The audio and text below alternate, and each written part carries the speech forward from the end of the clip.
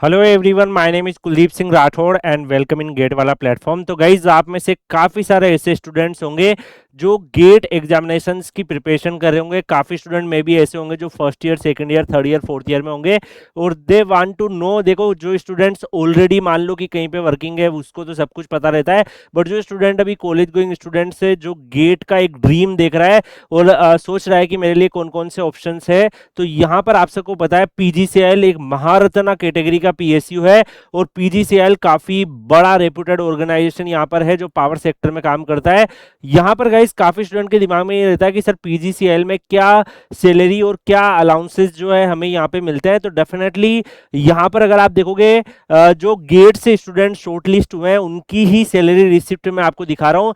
तो बिल्कुल ऑथेंटिक यहाँ पे जो डाटा है, ऑथेंटिक एग्जैक्टली जो सैलरी रिसिप्ट जो मिलती है गेट से, जो कैंडिडेट्स यहाँ पर जो सिलेक्ट होके जाते हैं तो उनका क्या सैलरी जो है किस रेंज में जाता है, उसमें क्या क्या कंपोनेंट्स होते हैं, क्या क्या अलाउंसेस होते हैं, क्या क्या बेनिफिट्स होते हैं, वो सब हम यहाँ पे डिस्कस करेंगे। काफी सारे स्टूडेंट जो पीजीसीएल में वर्किंग है वो जो गेट से शॉर्टलिस्ट हुए हैं उन सबसे डिस्कशन करने के बाद ये आप लोगों के लिए इन्फॉर्मेटिव वीडियोस रहने वाला है। तो अगर आप यहाँ पे देखो गाइस, पावर ग्रिड जो है गवर्नमेंट ऑफ इंडिया का ही इंटरप्राइज है और यहाँ पे जब आपकी सैलरी रिसिप्ट आएगी, जब आप फ्यूचर में मान लो सेलेक्ट होते हो, तो इस तरीके से आपका लिखा होता है कि कौन से मंथ का सैलरी है, कौन से डेट पे आपका ज्वाइनिंग हुआ था। इसके अलावा आपका पोस्ट जो है डेजिग्नेशन इंजीनियर्स है एग्जीक्यूटिव डिपार्टमेंट में, आपका पे स्केल, जब आप किसी पर्टिकुलर पीएसयू में सेलेक्ट होते हो तो उसका पे स्केल अलग अलग होता है। तो जो महारत्ना कैटेगरी के पीएसयू होते हैं जनरली उनका जो है आपको देखने को मिलता है एक अच्छे रेंज में। तो पीजीसीएल का किस रेंज में रहता है?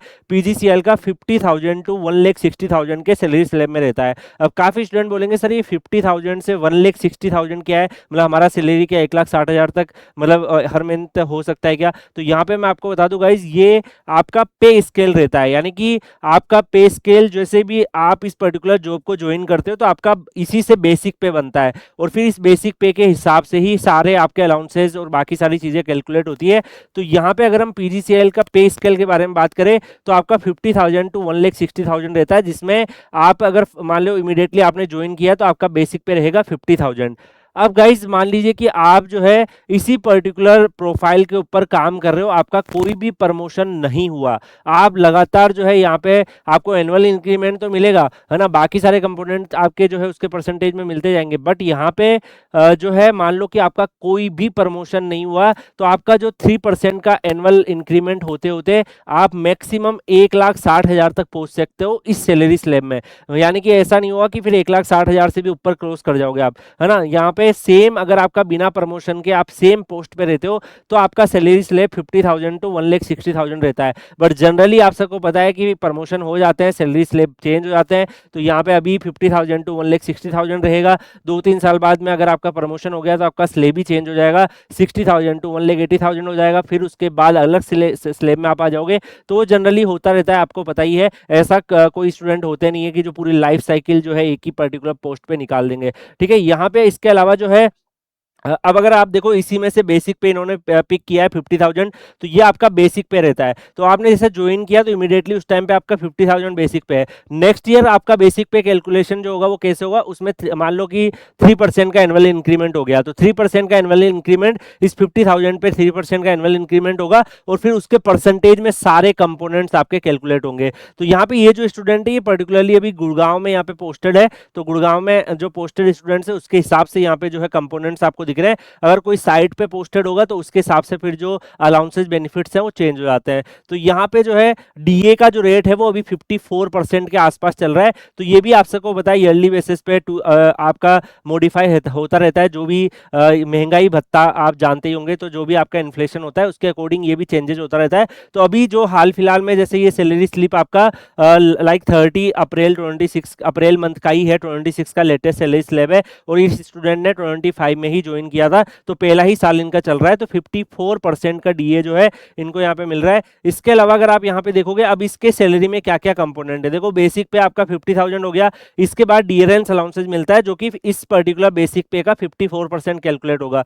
इसके बाद आपको हाउस रेंट अलाउंसेज मिलता है। तो जो हाउस रेंट अलाउंसेज मिलते हैं वो आप सबको पता है डिपेंडिंग ऑन द सिटीज, मतलब अगर आपका कोई मान लीजिए या तो ये आपको यहाँ पे रहने के लिए अकोमोडेशन देंगे, इनकी तरफ से अकोमोडेशन रहता है, जैसे एनटीपीसी हो गया तो उनका किसी जॉब लोकेशन में ही आपको सारी फैसिलिटी दे रहे हैं तो अकोमोडेशन मिलता है, तो उस केस में एचआरए नहीं मिलता है। अदरवाइज आप क्या करते हो कि अगर मान लो आप अपना खुद का स्टे देखते हो तो उस केस में आपको एचआरए मिल जाता है। तो ये स्टूडेंट्स को जैसे एचआरए है वो कंपोनेंट 15,000 है। इसके अलावा अगर आप देखोगे ड्राइवर ऑल ऑफ ड्यूटीज है, इसके अलावा यूनिफॉर्म मेंटेनेंस है, इसके अलावा आपका अपडेटेशन अलाउंसेज है, लीव ट्रेवल अलाउंसेज है, इसके अलावा मील फैसिलिटीज है 7,000 की। तो इसको सब कुछ जो सारा कंपोनेंट इस पर्टिकुलर स्टूडेंट्स का है वो 1,09,550 है। अब ये डिपेंड करता है हर एक स्टूडेंट्स के लिए। देखो काफी सारे कंपोनेंट है। बेसिक जो मेजर सैलरी है वो आपके 3 कंपोनेंट में दिख रही है, बेसिक पे, डिरेंस अलाउंस और हाउस रेंट अलाउंसेस। बाकी हर एक स्टूडेंट उसको कैसे यूज करता है उसके हिसाब से डिसाइड होता है।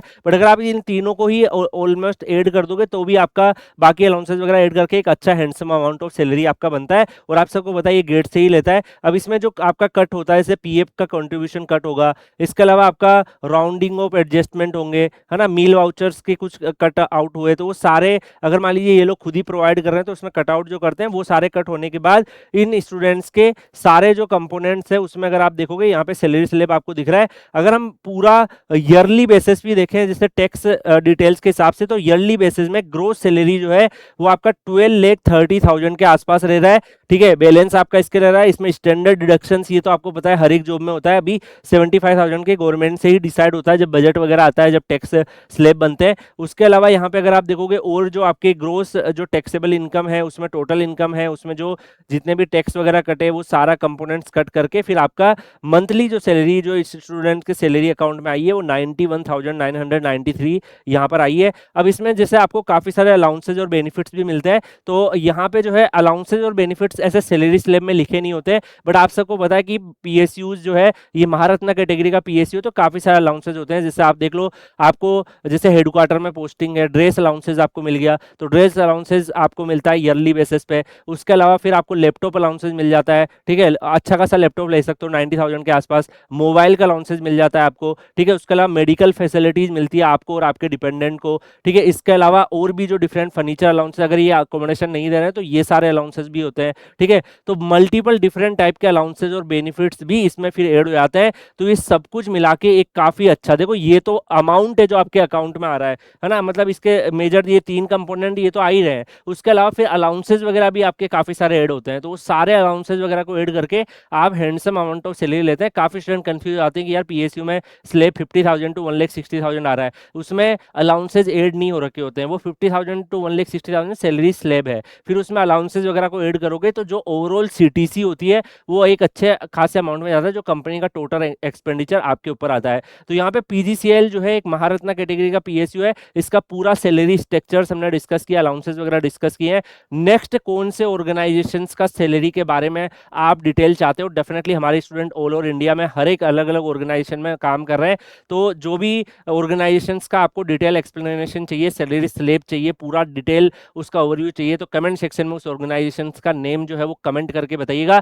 Definitely we are going to cover it. और इसके साथ साथ गाइस जो भी आप में से student Kuldeep sir underscore PW Telegram channel या गेट वाला का ऑफिशियल टेलीग्राम चैनल जो है ज्वाइन नहीं कर रखा है तो आप Kuldeep sir underscore PW Telegram channel join कर लीजिए। आप सर्च करेंगे कुलदीप सर अंडरस्कोर पीडब्ल्यू तब भी मिल जाएगा, क्यूआर कोड से स्कैन करके भी ज्वाइन कर सकते हैं। तो आपको जो भी आपके job updates, career notification, information आती है वो सब आपको टाइमली बेसिस पर मिलती रहेगी। बाकी हम लोग मिलते हैं नेक्स्ट सेशन में, तब तक के लिए goodbye, take care, see you.